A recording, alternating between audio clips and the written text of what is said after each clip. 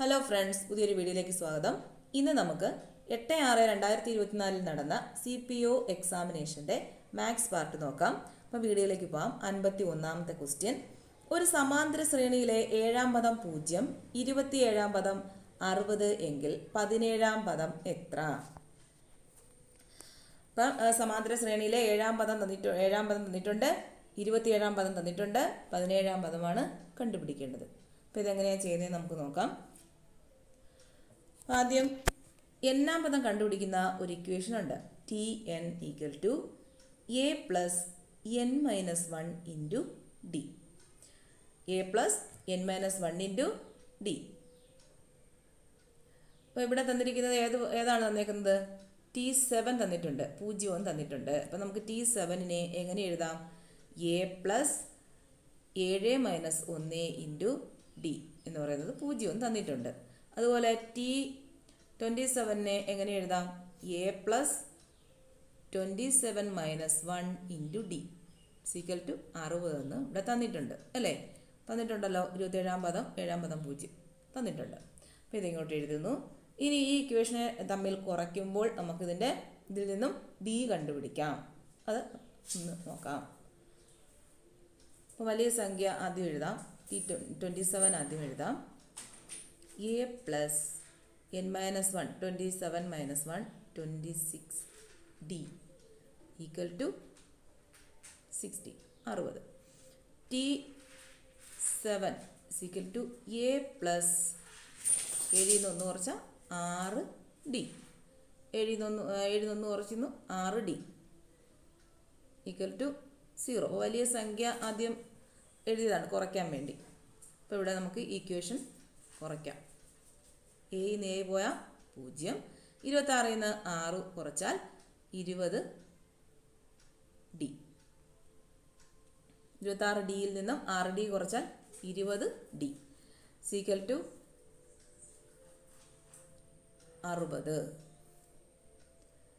ഇപ്പം 20d എന്ന് പറയുന്നത് 60 ആണെങ്കിൽ d എന്ന് പറയുന്നത് എന്തായിരിക്കും?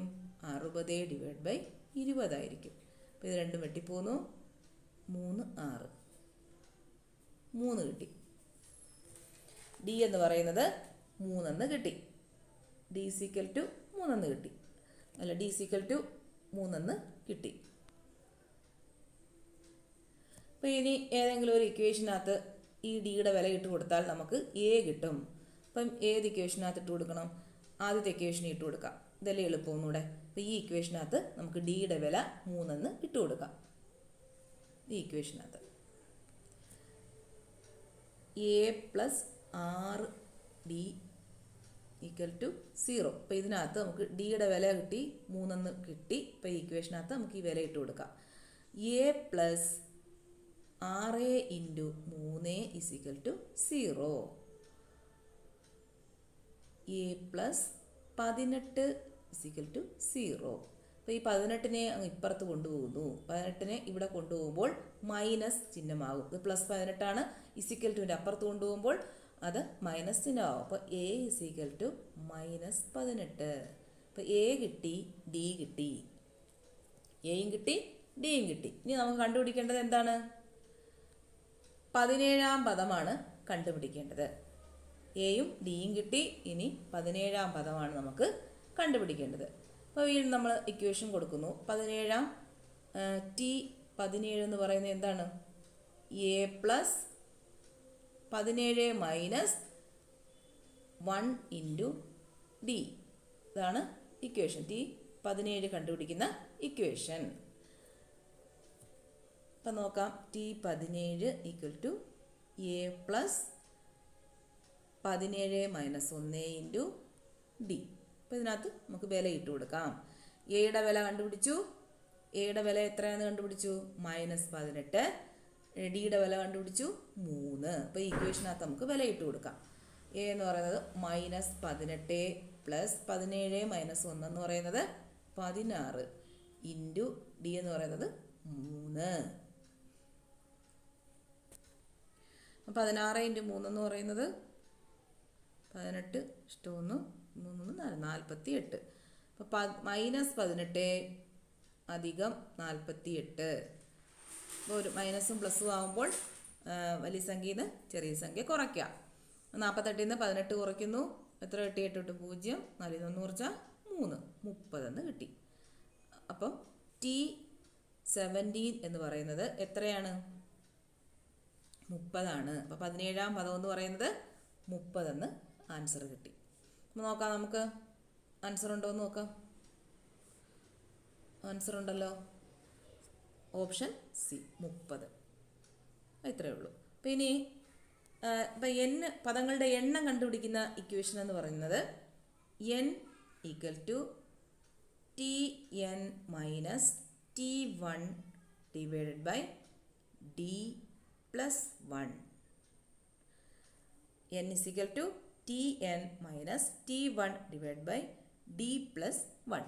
ചിലപ്പം പദങ്ങളുടെ എണ്ണം കണ്ടുപിടിക്കാനായിരിക്കും അടുത്തൊരു എക്സാമിനേഷന് ചോദിക്കുന്നത്. അപ്പോൾ ഈ ഒരു ഇക്വേഷനും കൂടെ ഒന്ന് പഠിച്ചു വെച്ചേക്കുക. Tn എന്ന് പറഞ്ഞാൽ എന്നാം പദം, T1 ആദ്യ പദമാണ്, D പൊതുവ്യത്യാസം, പിന്നെ അതിൻ്റെ കൂടെ ഒന്നും കൂടെ കൂട്ടുക. അപ്പോൾ ഈ ഇക്വേഷനും കൂടെ പഠിച്ചു വയ്ക്കുക. ഓക്കെ, അടുത്തത് 52ാമത്തെ ക്വസ്റ്റ്യൻ. 9ന്റെ 26% അധികം 15ന്റെ 42% സമം 27ന്റെ x% എങ്കിൽ എക്സിൻ്റെ വില കാണുക. അപ്പോൾ ഇതെങ്ങനെയാണ് ചെയ്യുന്നതെന്ന് നമുക്ക് നോക്കാം. അപ്പോൾ തന്നിരിക്കുന്ന എടുത്ത് എഴുതാം. 9ന്റെ 26%, 9ന്റെ 26% അധികം 15ന്റെ 42%, 15ന്റെ 42% സമം 27ന്റെ x%, 27ന്റെ x% എങ്കിൽ എക്സിൻ്റെ വില കാണുക എന്നാണ് ക്വസ്റ്റ്യൻ. അപ്പോൾ ഒരു സംഖ്യയുടെ ശതമാനം കണ്ടുപിടിക്കുന്നത് എങ്ങനെയാണ്? ഇപ്പോൾ 9ന്റെ 26%, 9 ഗുണം 26 ഡിവൈഡ് ബൈ 100. അപ്പം 3% എന്ന് പറഞ്ഞാൽ എങ്ങനെ എഴുതുന്നത്? 3% എഴുതുന്നത് 3 ഡിവൈഡ് ബൈ 100. 2% എങ്ങനെ എഴുതുന്നത്? 2 ഡിവൈഡ് ബൈ 100. 3ന്റെ 2% എന്ന് പറഞ്ഞാൽ 3 ഗുണം 2 ഡിവൈഡ് ബൈ 100. 10ന്റെ 3% എന്ന് പറഞ്ഞാൽ 10 ഗുണം 3 ബൈ 100. അപ്പം അതുപോലെ 9ന്റെ 26% എന്ന് പറഞ്ഞാൽ 9 ഗുണം 26 ഡിവൈഡ് ബൈ 100 അധികം 15ന്റെ 42%, 15 ഗുണം 42 ഡിവൈഡ് ബൈ 100 സമം 27ന്റെ x% എങ്കിൽ ഈ എക്സിൻ്റെ വിലയാണ് ഇവിടെ കണ്ടുപിടിക്കേണ്ടത്. അപ്പോൾ നമുക്കെങ്ങനെ ചെയ്യുന്നത്? ആദ്യം 9 ഗുണം 26 എത്ര കിട്ടും? 9 ഗുണം 26, 26 ഗുണം 9 54, 5 18, 18 5 23, 234 കിട്ടി. അപ്പോൾ 234, 9 ഗുണം 26 234, ഈ 100 ഇവിടെ കിടപ്പുണ്ട്, അതുകൊണ്ട് ഡിവൈഡ് ബൈ 100 അധികം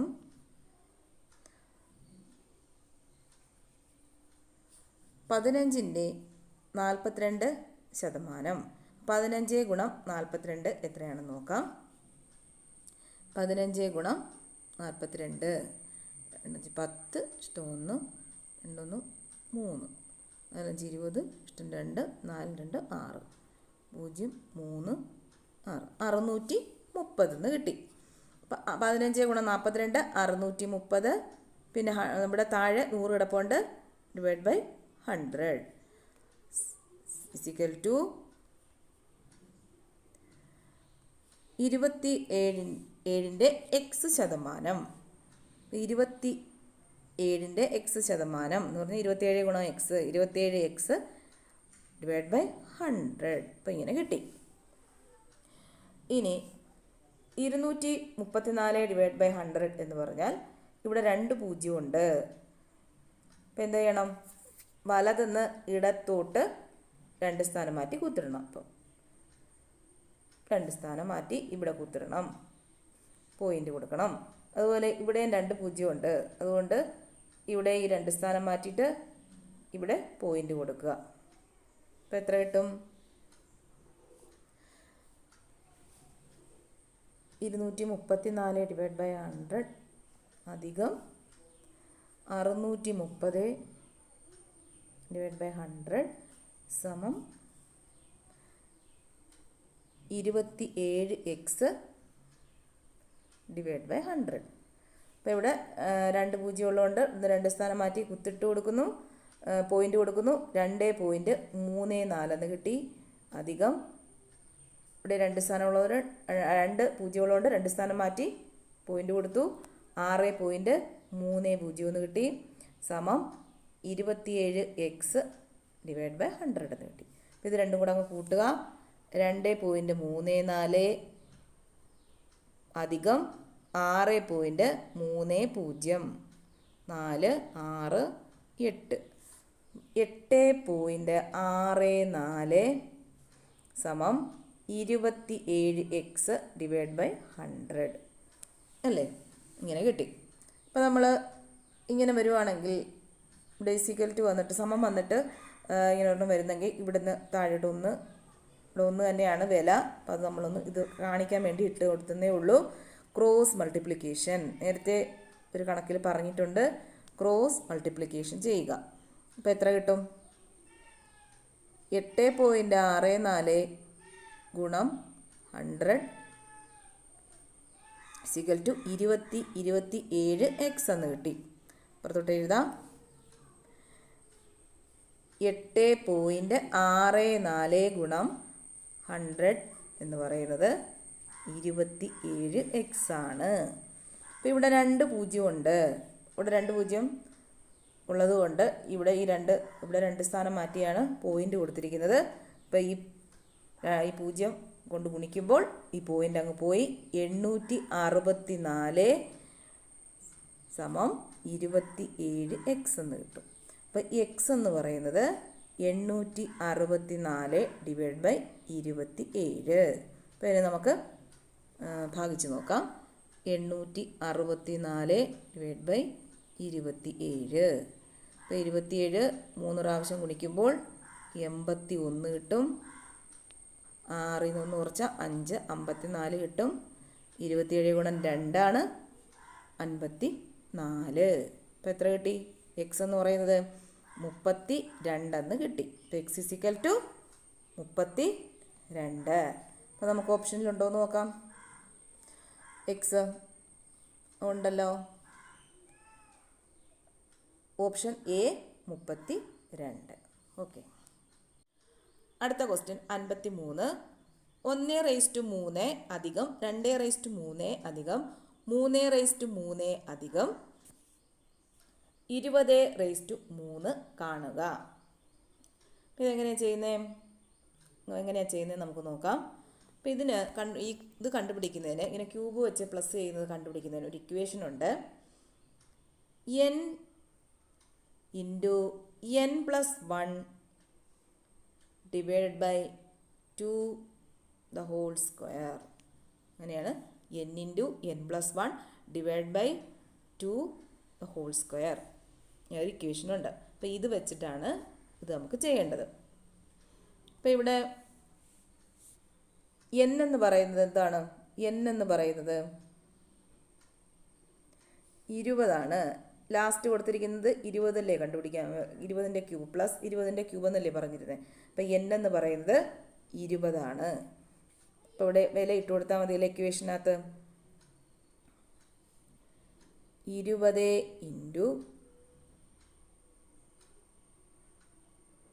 20 + 1 divided by 2 the whole square. ഇങ്ങനെയാണ് കിട്ടുന്നത്. ഇപ്പോൾ ഇത് ചെയ്ത് നോക്കുമ്പോൾ ആൻസർ കിട്ടും. നോക്കാം നമുക്ക്. 20 ഇൻറ്റു n+1 21, 21 ഡിവൈഡ് ബൈ 2 ഇത് ഹോൾ സ്ക്വയർ ഈക്വൽ ടു. ഇപ്പോൾ ഈ രണ്ടും ഈ 20 വെട്ടിപ്പോകുമ്പോൾ 10 കിട്ടും. അപ്പോൾ എത്ര കിട്ടി? 210 ഹോൾ സ്ക്വയർ എന്ന് കിട്ടി. ഇപ്പോൾ 210ൻ്റെ സ്ക്വയർ കണ്ടുപിടിച്ചാൽ ആൻസർ കിട്ടും. നോക്കാം നമുക്ക്. 21ൻ്റെ സ്ക്വയർ കണ്ടുപിടിക്കാം. 1 2 2 4 4 441 എന്ന് കിട്ടും. 441. ഇവിടെ സ്ക്വയർ ആയതുകൊണ്ട് ഈ 2 0 കൊടുക്കണം. അപ്പം എത്ര കിട്ടി? 44,100 എന്നാണ് ആൻസർ കിട്ടിയത്. അപ്പം നമുക്കിവിടെ ആൻസർ ഉണ്ടോ എന്ന് നോക്കാം. ആൻസർ ഉണ്ട്. 44,100. Answer option D 44,100. ഓക്കെ. അപ്പോൾ ഇവിടെ 1 ക്യൂബ് പ്ലസ് 2 ക്യൂബ് പ്ലസ് ഈ ഒരു ക്വസ്റ്റ്യൻ ഇതിന് പകരം 1 square plus 2 square plus 3 square plus 20 square എന്നായിരുന്നെങ്കിൽ ഏത് ഇക്വേഷനാണ് നമ്മൾ ഉപയോഗിക്കേണ്ടത്? n into n+1 into 2n+1 divided by 6. ഈ ഇക്വേഷൻ ആയിരിക്കണം 1 സ്ക്വയർ പ്ലസ് 2 സ്ക്വയർ പ്ലസ് അങ്ങനെ വരുമ്പോൾ ഉപയോഗിക്കേണ്ടത്. അപ്പം ഇനി അടുത്ത ഒരു പരീക്ഷയ്ക്ക് ചിലപ്പോൾ ഈ ക്വസ്റ്റ്യൻ ആയിരിക്കും ചിലപ്പോൾ ചോദിക്കുന്നത്. അപ്പോൾ ഈ ഇക്വേഷൻ പഠിച്ചു വെച്ചേക്കുക. n into n+1 into 2n+1 divide by 6. അതായത് n എന്ന് പറയുന്നത് 20, 20 ഇൻറ്റു 20 അധികം 1 ഇൻറ്റു 2 ഗുണം 20 അധികം 1 ഡിവൈഡ് ബൈ 6. അപ്പം ഇങ്ങനെ വരും. അപ്പം ഇതൊന്ന് ഈ ഇക്വേഷൻ ഒന്ന് പഠിച്ച് വെച്ചേക്കുക. n into n+1 into 2n+1 divide by 6. n into n+1 into 2n+1 divide by 6. അപ്പോൾ ഈ ഇക്വേഷനും കൂടെ പഠിച്ചു വെച്ചേക്കുക. അപ്പോൾ ഏതാ ചോദിക്കുന്നതെന്ന് അറിയാൻ പറ്റത്തില്ല. അടുത്ത ക്വസ്റ്റ്യൻ 54. ഒരു ചതുരക്കട്ടയുടെ നീളവും വീതിയും ഉയരവും യഥാക്രമം 3:5:8 എന്ന അംശബന്ധത്തിലാണ്. അതിൻ്റെ ഉപരിതല വിസ്തീർണം 1422 സെൻറ്റിമീറ്റർ സ്ക്വയർ ആയാൽ ചതുരക്കട്ടയുടെ ഉയരം എത്രയായിരിക്കും? ക്വസ്റ്റ്യൻ. അപ്പോൾ എന്താണ് തന്നിരിക്കുന്നതെന്ന് നോക്കാം. നമുക്ക് ഇതെങ്ങനെ ചെയ്യുന്നതെന്ന് നോക്കാം. എന്തൊക്കെയാണ് ആദ്യം തന്നിരിക്കുന്നത്? നീളം, വീതി, ഉയരം. എൻ്റെ അംശബന്ധം എന്ന് പറയുന്നത് ഏത് അംശബന്ധമാണ്? 3:5:8. 3:5:8. അപ്പോൾ ഈ അംശബന്ധത്തിലാണ് നീളം, വീതി, ഉയരം ഉള്ളത്. ഇനി പറഞ്ഞിരിക്കുന്നത് അതിൻ്റെ ഉപരിതല വിസ്തീർണം 1422 സെൻറ്റിമീറ്റർ സ്ക്വയർ. അപ്പോൾ ഉപരിതല വിസ്തീർണം എന്ന് പറയുന്നത് 1422 സെൻറ്റിമീറ്റർ സ്ക്വയർ ആണ്. ഉപരിതല വിസ്തീർണം 1422 സെൻറ്റിമീറ്റർ സ്ക്വയർ ആണ്. അപ്പോൾ നമുക്ക് ഇത് അംശബന്ധത്തിൽ തന്നിരിക്കുന്നത് കൊണ്ട് എങ്ങനെ എഴുതാം? നീളം എന്ന് പറയുന്നത് 3x, വീതി 5x, ഉയരം 8x. നമുക്ക് അംശബന്ധത്തിലായതുകൊണ്ടാണ് നീളം, വീതി, ഉയരം അല്ല 3x, 5x, 8x എന്ന് നമ്മൾ എടുത്തത്. അപ്പോൾ ഉപരിതല വിസ്തീർണം കണ്ടുപിടിക്കുന്ന ഇക്വേഷൻ എന്ന് പറയുന്നത് 2 into LB plus BH plus HL. ഉപരിതല വിസ്തീർണം കണ്ടുപിടിക്കുന്ന ഇക്വേഷനാണ് 2 into LB plus BH plus HL. അപ്പോൾ ഒന്നുകൂടെ എഴുതാം.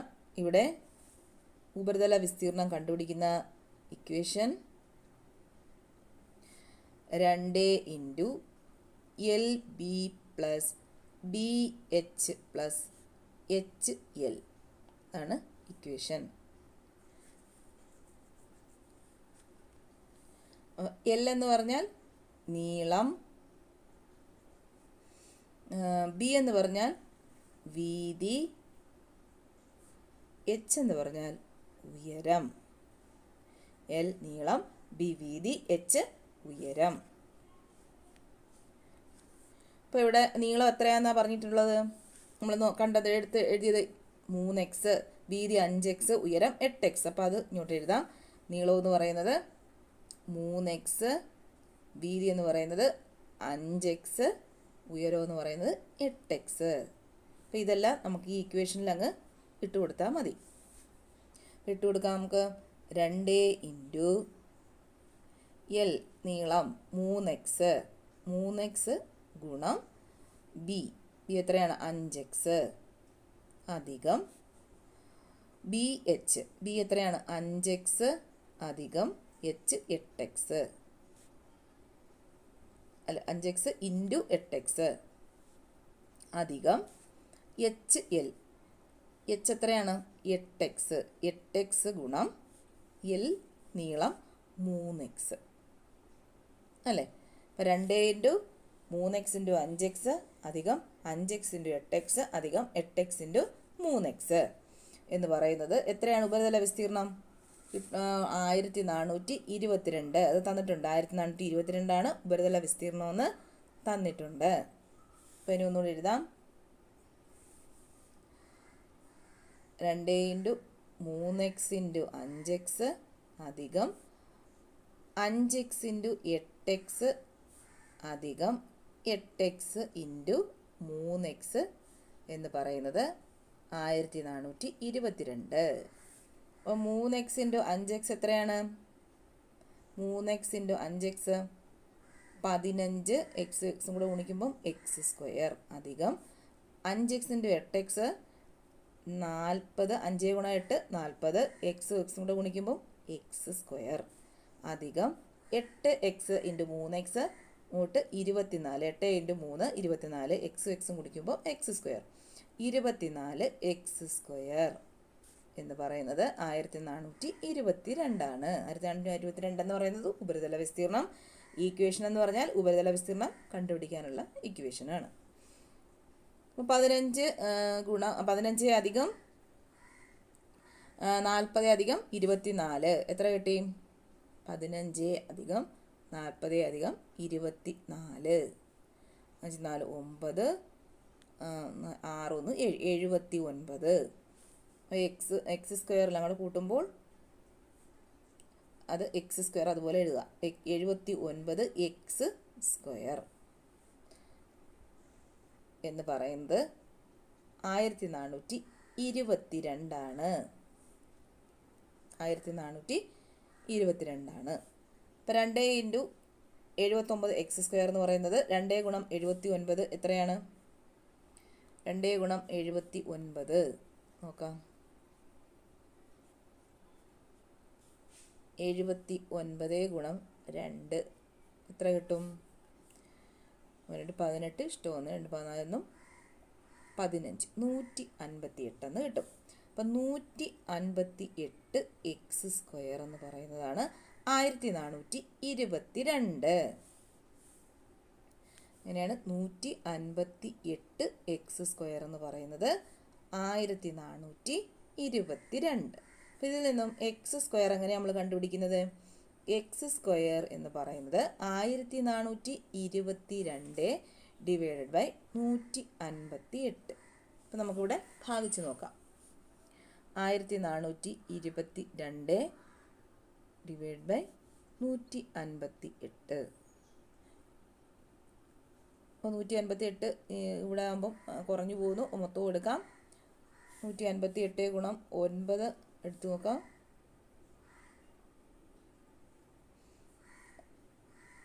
9 72 7 45 7 52 ശിഷ്ടം 5 9 5 14 1422 കിട്ടി. അപ്പോൾ 158 ഗുണം 9 എന്ന് പറയുന്നതാണ് 1422. അപ്പോൾ ഇവിടെ എത്ര കിട്ടി? എക്സ് സ്ക്വയർ എന്ന് പറയുന്നത് 9 എന്ന് കിട്ടി. എക്സ് സ്ക്വയർ എന്ന് പറയുന്നത് 9. അങ്ങനെയാണെങ്കിൽ എക്സ് എന്ന് പറഞ്ഞാൽ റൂട്ട് 9 = 3. അപ്പോൾ എക്സ് എത്രയെന്ന് കിട്ടി? 3 എന്ന് കിട്ടി. എക്സ് = 3.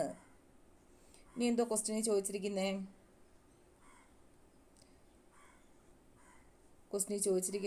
ഉയരം എത്രയായിരിക്കും? ഉയരമാണ് ചോദിച്ചിരിക്കുന്നത്. എച്ച് എത്രയാണെന്നാണ് ക്വസ്റ്റ്യനിൽ ചോദിച്ചിരിക്കുന്നത്. എച്ച് എന്ന് പറയുന്നത് എത്രയാണെന്നാണ് ചോദിച്ചേക്കുന്നത്, ഉയരം. അപ്പോൾ ഇവിടെ എച്ച് വരുന്ന ഇക്വേഷൻ എന്ത് ചെയ്യും? എച്ച് 8x അല്ലേ? എച്ച് എന്ന് പറയുന്നത് 8x ആണ്. അപ്പോൾ എക്സ് നമ്മൾ കണ്ടുപിടിച്ചു, 3 എന്ന് കണ്ടുപിടിച്ചു. 8 ഗുണം 3 24. അപ്പോൾ എച്ച് എന്ന് പറയുന്നത് 8x ആണ്. അപ്പോൾ ഇതിനകത്ത് വില ഇട്ട് കൊടുത്താൽ മതി. എക്സിൻ്റെ വില കണ്ടുപിടിച്ചു, 3 എന്ന് കണ്ടുപിടിച്ചു. 8 ഗുണം 3 24. എച്ച് = 24. നോക്കാം നമുക്ക് അതിനകത്ത് ആൻസർ ഉണ്ടോ എന്ന് നോക്കാം. ഉണ്ടല്ലോ, 24. Answer option B 24. അടുത്ത ക്വസ്റ്റ്യൻ 55. ഒരാൾ 18,000 രൂപ സാധാരണ പലിശ നിരക്കിൽ ബാങ്കിൽ നിക്ഷേപിക്കുന്നു. 5 വർഷത്തിന് ശേഷം 6,300 രൂപ പലിശ കിട്ടിയാൽ പലിശ നിരക്ക് എത്രയായിരിക്കും? അപ്പോൾ ഇവിടെ കണ്ടുപിടിക്കേണ്ടത് പലിശ നിരക്കാണ്. അപ്പോൾ ഇതെങ്ങനെയാണ് ചെയ്യേണ്ടതെന്ന് നമുക്ക് നോക്കാം. ഇത് കണ്ടുപിടിക്കേണ്ടത് ഈ ഇക്വേഷൻ ഇട്ടാണ് കണ്ടുപിടിക്കേണ്ടത്. I = PNR / 100. I = PNR / 100. അപ്പോൾ ഓരോന്നും നമുക്ക് നോക്കാം. P എന്ന് പറയുന്നത് തുകയാണ്, 18,000. 18,000. N എന്ന് പറയുന്നത് വർഷം, എത്ര വർഷം എന്നാണ്. 5 വർഷം. അപ്പോൾ ഇവിടെ 5, N എന്ന് പറയുന്നത് 5. ഇനി 6 നമുക്ക് കണ്ടുപിടിക്കേണ്ടത്. I എന്ന് പറയുന്നത് എത്രയാണ് തന്നിരിക്കുന്നത്? 6,300 പലിശ. 6,300. I എന്ന് പറയുന്നത് ഇൻട്രസ്റ്റ്, പലിശ 6,300. അപ്പോൾ എല്ലാം തന്നിട്ടുണ്ട്. 6 കണ്ടുപിടിക്കേണ്ടത്. അപ്പോൾ എങ്ങനെയാണ് കണ്ടുപിടിക്കേണ്ടതെന്ന് നോക്കാം. അപ്പോൾ ഈ ഇക്വേഷനകത്ത് ഈ വിലയെല്ലാം ഇട്ട് കൊടുക്കുക. I 6,300 = P എന്ന് പറയുന്നത് 18,000 ഗുണം 5 ഗുണം 6 / 100. പേപ്പറത്തോട്ട് എഴുതാം. 6,300 = 18,000 ഗുണം 5 ഗുണം 6 / 100. അപ്പോൾ ഇത് രണ്ടും വെട്ടിപ്പോകുന്നു. 6,300 = 180 ഗുണം 5 ഗുണം 6 ഇങ്ങനെ കിട്ടി. അപ്പോൾ 180 ഗുണം 5 എന്ന് പറയുന്നത് ഇവിടെ ഗുണിച്ച് നോക്കാം. 18 ഗുണം 5 90 കിട്ടും അല്ലേ? 6,300 = ഇപ്പോൾ 180 ആവുമ്പോൾ 900. 900 ഗുണം 6. അങ്ങനെയാണെങ്കിൽ 6 എന്ന് പറയുന്നത് 6,300 / 900. 0 വെട്ടിപ്പോവും. 9 63. അപ്പോൾ എത്ര കിട്ടി? 6 7 എന്ന് കിട്ടി. 7%. 6 എന്ന് പറയുന്നത് എത്ര കിട്ടി? 7%. ക്വസ്റ്റ്യൻ ഉണ്ടോ എന്ന് നോക്കാം നമുക്ക്. ഉണ്ടല്ലോ, ഓപ്ഷൻ ഡി 7%. അപ്പോൾ പലിശ നിരക്ക് 7%. അടുത്ത ക്വസ്റ്റ്യൻ 56. ഒരു യാത്രയിൽ കാർ ആദ്യത്തെ 3 മണിക്കൂർ സമയം 40 km/മണിക്കൂർ വേഗതയിലും ശേഷിക്കുന്ന 5 മണിക്കൂർ സമയം 48 കിലോമീറ്റർ പെർ വേഗതയിലും മണിക്കൂർ വേഗതയിലും സഞ്ചരിച്ചാൽ കാറിൻ്റെ ശരാശരി വേഗത എത്ര? അപ്പം എന്താണ് കണ്ടുപിടിക്കേണ്ടത്? കാറിൻ്റെ ശരാശരി വേഗതയാണ് കണ്ടുപിടിക്കേണ്ടത്. അപ്പം നമുക്കിത് എങ്ങനെയാണ് ചെയ്യുന്നത്? അപ്പം കാറിൻ്റെ ശരാശരി വേഗത കണ്ടുപിടിക്കുന്ന ഒരു ഇക്വേഷൻ ഉണ്ട്. അപ്പം ഏതാന്ന് നോക്കാം. ശരാശരി വേഗം കണ്ടുപിടിക്കുന്ന ഇക്വേഷനാണ് ആകെ യാത്ര ചെയ്ത ദൂരം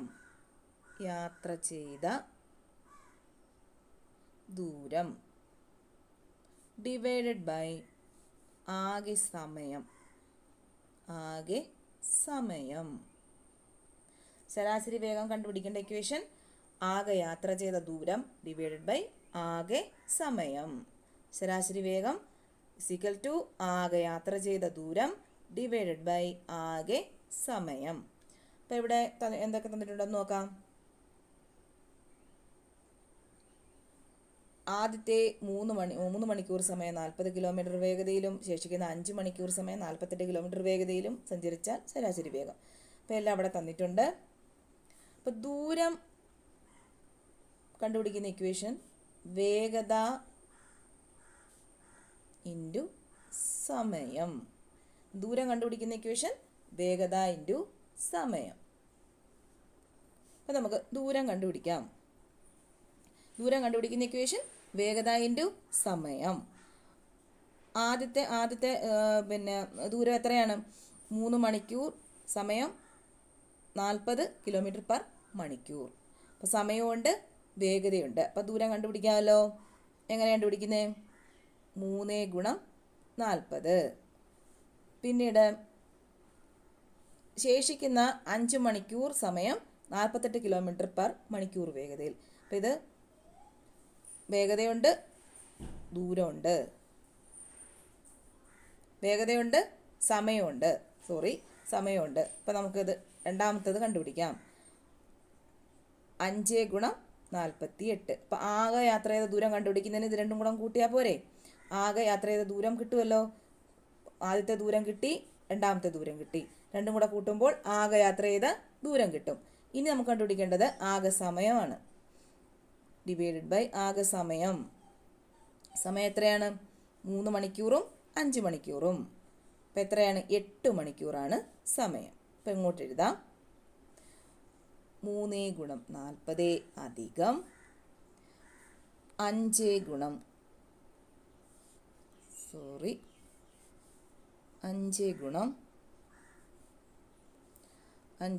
48 ഡിവൈഡഡ് ബൈ ആകെ സമയം 3 അധികം 5 8 അല്ലേ? ആകെ സമയം 3 മണിക്കൂറും 5 മണിക്കൂറും ഉണ്ടല്ലോ. അപ്പോൾ 3 അധികം 5 8 മണിക്കൂർ. 8 മണിക്കൂർ സമയം. 3 അധികം 5 എന്നങ്ങ് എഴുതാം. 3 അധികം 5 8 മണിക്കൂർ. അപ്പോൾ ഇവിടെ ഒന്നുകൂടെ എഴുതാം. 3 ഗുണം 40 അധികം 5 ഗുണം 48 ഡിവൈഡ് ബൈ 3 അധികം 5 8. അപ്പോൾ 3 ഗുണം 40 എത്രയാണ്? 120. 120 അധികം 5 ഗുണം 48 ഗുണം 5 4 24 240. 240 ഡിവൈഡ് ബൈ 8. എത്ര കിട്ടും? 120 കൂടെ കൂട്ടുമ്പോൾ 4 340. 360 അല്ല 360 360 240 120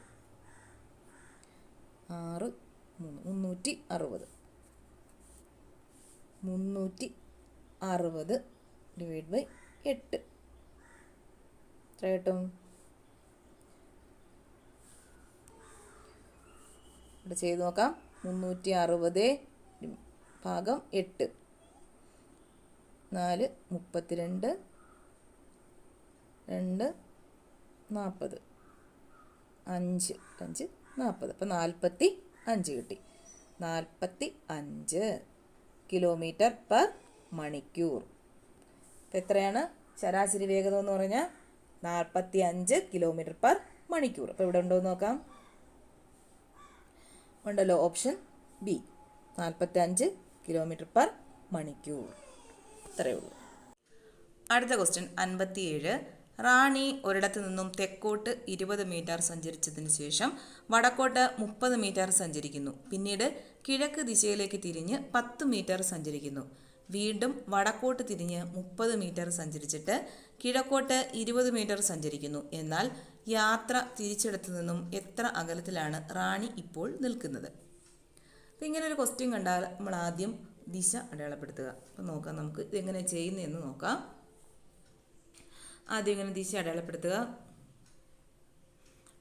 ഇത് സൗത്ത്, ഇത് നോർത്ത്, നോർത്ത്, ഈസ്റ്റ്, വെസ്റ്റ്, തെക്ക്, വടക്ക്, കിഴക്ക്, പടിഞ്ഞാറ്. അപ്പം ഇങ്ങനെ ദിശ ആദ്യം അടയാളപ്പെടുത്തുക. ഇനി നമുക്ക് ക്വസ്റ്റ്യനിലേക്ക് പോകാം. റാണി ഒരിടത്തു നിന്നും തെക്കോട്ട് 20 മീറ്റർ. അപ്പം തെക്കോട്ട് 20 മീറ്ററാണ് ആദ്യം സഞ്ചരിക്കുന്നത്. അപ്പോൾ 20 മീറ്റർ തെക്കോട്ട് പോകുന്നു ആണല്ലോ തെക്ക് ദിശ. 20 മീറ്ററാണ് സഞ്ചരിച്ചത്. പിന്നീട് വടക്കോട്ട് 30 മീറ്റർ സഞ്ചരിക്കുന്നു. അപ്പോൾ ഇവിടെ നിന്നാണ് തുടങ്ങിയത്. ഇവിടുന്ന് നേരെ തെക്കോട്ട് വന്നു, 20 മീറ്റർ വന്നു. അപ്പോൾ ഇവിടെയാണ് നിൽക്കുന്നത്. ഇവിടുന്ന് ഇനി 30 മീറ്ററാണ് പോകുന്നത്. 30 മീറ്ററാണ് പോകുന്നത്. അപ്പോൾ ഇവിടുന്ന് ഇവിടം വരെ 20 മീറ്റർ ഉണ്ട്. അപ്പോൾ ഇവിടുന്ന് ഇവിടം വരെ 10 മീറ്ററാണ് ഉള്ളത്. അപ്പോൾ അത് തെറ്റിക്കരുത്. 30 മീറ്റർ എന്ന് പറയുമ്പോൾ ഇവിടുന്ന് അങ്ങ് വരെ 30 അടയാളപ്പെടുത്തരുത്. 20 മീറ്റർ ഇവിടെ നിൽക്കുകയാണ്. ഇവിടുന്ന് 30 മീറ്റർ വരുമ്പോൾ 20 മീറ്റർ ഇവിടം വരെ എത്തി. പിന്നീട് 10 മീറ്ററാണ് ഇവിടുന്ന് ഇവിടം വരെ ഉള്ളത്. പിന്നെ കിഴക്ക് ദിശയിലേക്ക് തിരിഞ്ഞ് 10 മീറ്റർ സഞ്ചരിക്കുന്നു. വീണ്ടും കിഴക്ക് ദിശയിലോട്ട് തിരിഞ്ഞിട്ട് 10 മീറ്റർ സഞ്ചരിക്കുന്നു. ഇങ്ങോട്ട് തിരിഞ്ഞ് 10 മീറ്റർ സഞ്ചരിക്കുന്നു. പിന്നീട് വടക്കോട്ട് തിരിഞ്ഞ് 30 മീറ്റർ സഞ്ചരിക്കുന്നു. വടക്കോട്ട് തിരിഞ്ഞ് 30 മീറ്ററാണ് സഞ്ചരിച്ചത്. 30 മീറ്ററാണ് സഞ്ചരിച്ചത്. പിന്നീട് കിഴക്കോട്ട് 20 മീറ്റർ സഞ്ചരിക്കുന്നു. പിന്നെന്തോ ഇത് കിഴക്കോട്ട് പോയി 20 മീറ്റർ അങ്ങോട്ട് കിഴക്കോട്ട് പോയി.